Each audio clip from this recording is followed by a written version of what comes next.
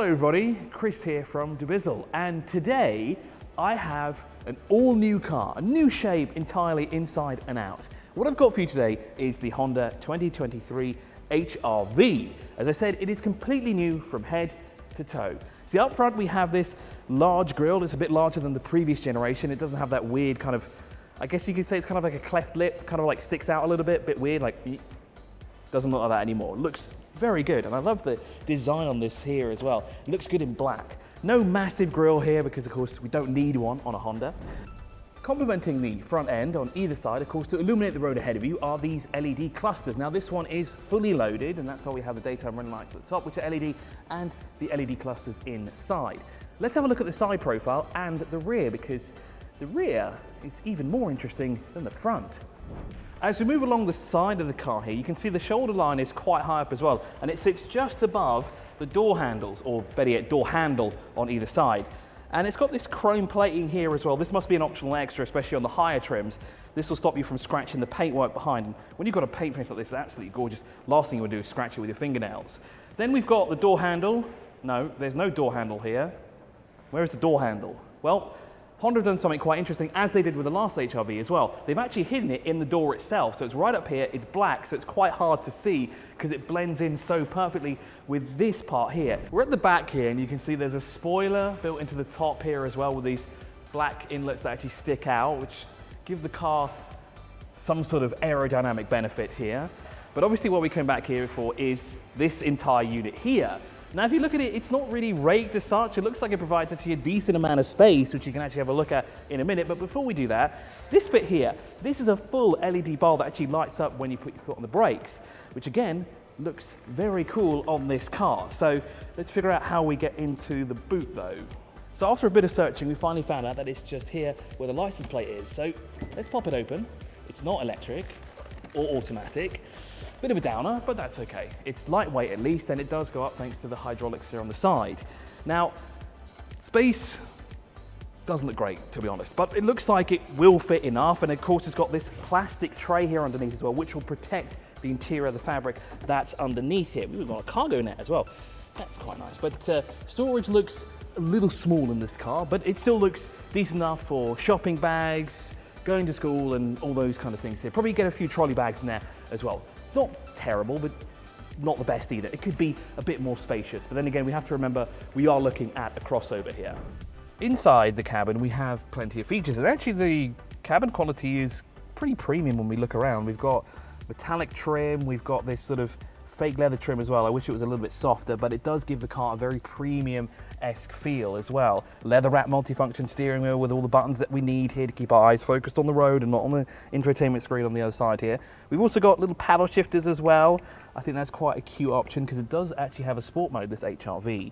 The driver cluster here is half analog, half digital. Actually, it's more analog than it would be, say, digital, because you can just see the TFT screen in the middle that shows you all the relevant information that you need, including the fuel economy, lane mitigation, all these kind of features that this car actually has. If you move over to the infotainment system, it kind of bulks out a little bit here. It is square. It's a lot larger actually than the previous generation, where it actually sat a bit lower down. This one's easier to use.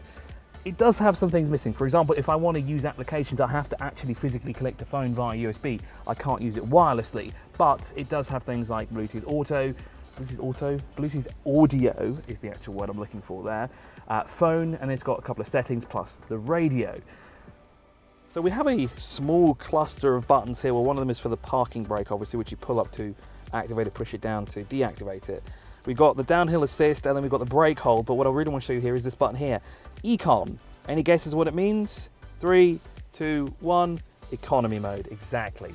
On the back row here, you would have thought due to the car's shape and size, it would be quite compromised here for rear passengers, but surprisingly enough, it's not. There's actually a lot of headroom up here. This seat's all the way back. There isn't a lot of knee room, but obviously the seat is all the way back. I'm obviously not the average size human being, but there is a lot of room around here. There is space for 3, although this is a bit tight here. Now, you may have noticed there's no actual seat belt here. There is the usual ones on either side. This one actually comes from the top and goes in down there. That's a cool feature of this car, isn't it?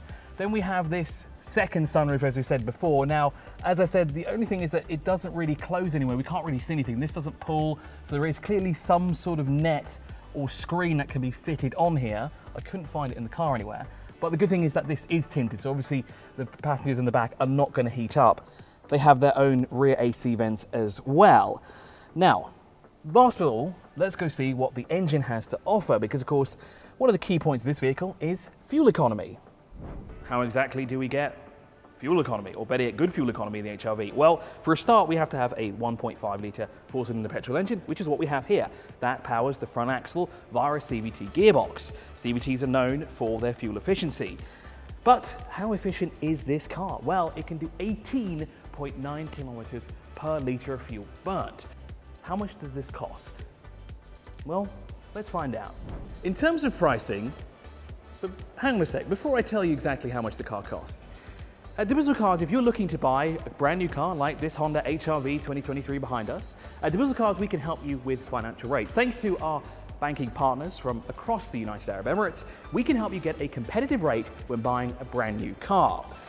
So how much does this car behind me cost? Well, the HR-V starts at 89,900 dirhams, but that's for the base entry-level one, where you get the 1.5 litre engine, you get the four-cylinder, but you don't get all the options as you see behind us.